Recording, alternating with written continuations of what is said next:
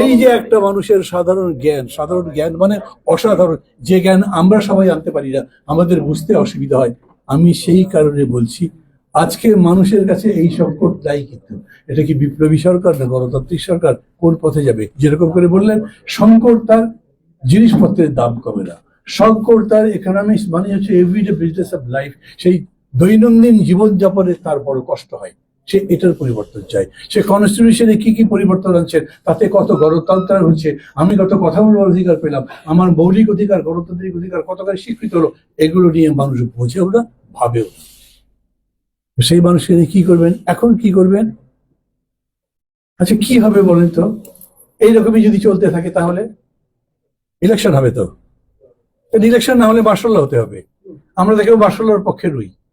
ইলেকশনই হতে হবে। যদি ইলেকশন হয় তাহলে কি হবে বলেন তো? ভাবতে পারেন? না ভাবতে পারেন কি আছে? পৃথিবী থেকে সোভিয়েত ইউনিয়নের কর্তৃত্ব চলে গেছে, সারা পৃথিবী এখন আমেরিকার কর্তৃত্বে, তাই তো? আওয়ামী লীগ চলে গেছে, এখন রাজনীতি কর্তৃত্ব হচ্ছে বিএনপি। ভালো লাগুক খারাপ লাগুক, আপনার এলাকার হাটটাও দখল করেছে, আপনার বাস স্ট্যান্ডটা সে দখল করেছে, যেখানে যেখানে সম্ভব চাঁদাবাজি করেছে, চাঁদা না দিলে থাকতে পারবেন সেই পরিস্থিতি করেছে। কিছু করতে পারছেন? কমপ্লেন করবার কেউ আছে? এই যে গভর্নমেন্ট আছে সেই গভর্নমেন্টের কাছে কমপ্লেন করতে পারছেন? কমপ্লেন করলে গভর্নমেন্ট শুনছে?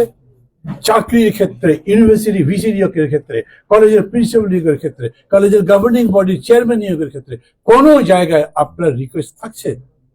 কিন্তু ওরা যখন বলছে সেটা থাকছে। আর অফিসারগুলো কি করছে, পুলিশগুলো কি করছে, তারা দেখছে যে এখন যদি ওদের সাথে ঝগড়া করি, 1 বছর পরে ভোট হলে ওরাই তো জিতবে, তখন তো আমার চাকরি থাকবে না। তাদের বিউরোক্রেসি বলেন, পুলিশ অ্যাডমিনিস্ট্রেশন বলেন, সবাই তার ওইখানে ধর্ণা দিচ্ছে, তার কথা শুনছে। এটা কি বাস্তব? আমি কি ভুল বলছি? যদি এই রকমই হয় তাহলে বোঝেন আপনার সামনে আরো বড় একটা দায়িত্ব আছে, এবং সেই বড় দায়িত্বের কথা ভেবে মেজর আফসারি যত বড় কথা বলেছেন আমি তাকে ধন্যবাদ দিই, কিন্তু ভাববার আগে, বলবার আগে ভাবেন, আপনি কি এভারেস্ট থেকে লাফ দিয়ে নিচে পড়ে হাত পা ভাঙতে চাচ্ছেন, নাকি আপনি এমন লাফ দিতে চান যাতে দাঁড়াতে পারেন এবং প্রতিবাদ করতে পারেন?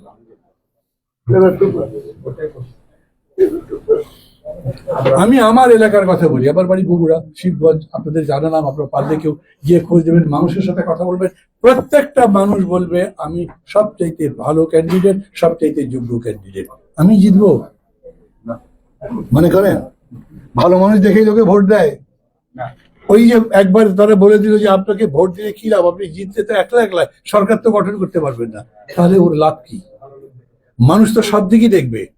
রাজনীতি নিশ্চয়ই সবচেয়ে মহত্তম, আমি বলবো মহত্তম পেশা।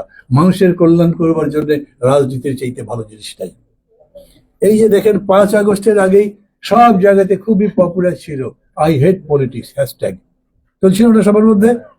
5-এর পরেই দেখেন সমস্ত পটটা বদলে গেছে। এখন সবাই বলে এই গভর্নমেন্ট চালাবে কেন, এর মধ্যে তো পলিটিক্সের লোকই তো বোঝে না রাজনীতি, দেশ কিভাবে চালাবে। তার মানে এখন সবার পলিটিক্সের প্রতি ভক্তি শ্রদ্ধা আসছে। নিশ্চিতভাবে এখন আরো বেশি করে চর্চা করতে হবে, যাদের যাদের সেইটুকু সাহস আছে বলতে পারবেন, সরাসরি দাঁড়িয়ে বলতে হবে আমি যদি সংস্কার করতে চাই, সংস্কার মানে হচ্ছে একটা গুণগত পরিবর্তন তো হতে হবে।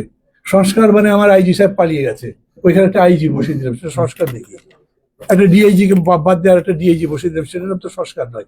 আপনি পুলিশ ব্যবস্থার সংস্কার চাইলে একটা পুলিশ সিস্টেম হবে, বাহিনী দাঁড়াবে যারা জনগণের মুখী হবে, যারা গণতন্ত্রের পক্ষে হবে, যারা দেশপ্রেমিক হবে। পুলিশ প্রশাসনের সংস্কার করবেন, আপনি সিভিল অ্যাডমিনিস্ট্রেশন মানে আমলাতন্ত্রের সংস্কার করবেন। সমস্ত সংস্কারের মধ্যে গুণগত একটা রূপান্তর থাকতে হবে। তা যদি থাকে তাহলে পলিটিক্যাল পার্টিগুলোর মধ্যে সংস্কার হবে না কেন? কিন্তু পলিটিক্যাল পার্টি এই কথা কে বলবি বলেন? আমি বললাম, বলবার পরে বিএনপি মনে করবে দূর, ওকে জোটের মধ্যেই রাখবো না, নমিনেশনই দেবো না। আমি তো মনে মনে খুব শক্ত আছি, আফতার ভাইয়ের সাথে আছি, ভাই আমি আপনার সাথেই থাকবো। আমার পার্টির বাকি লোকগুলো বলবে তোর মান্নাবের সাথে থেকে লাভ কি, উনি তো নমিনেশনই পাবে না, ওরা তো বিএনপির সাথে রাখছে না, তার তো ক্ষমতায় যেতে পারবো না, তখন কি হবে? এইটা একটা হচ্ছে যে হোল স্ট্রাগলের আপনার সাইড, যেটা ভাবতে হবে। বিপ্লব মানে কেবলমাত্র আবেগ নয়, বিপ্লব মানে গরম গরম বক্তৃতা করা নয়, বিপ্লব বা গুণগত পরিবর্তন মানে কেবল আপনার আকাঙ্ক্ষা নয়। সুকান্ত লিখেছিলেন না, বিপ্লব স্পন্দিত বুকে মনে হয় আমি লেনিন। তো বিপ্লবের স্পন্দন বুকের মধ্যে থাকলে তো মনে হবে, কিন্তু স্পন্দনটা যখন থেমে যাবে তখন আপনি পাবলিক, কেউ জিজ্ঞাসা করে না।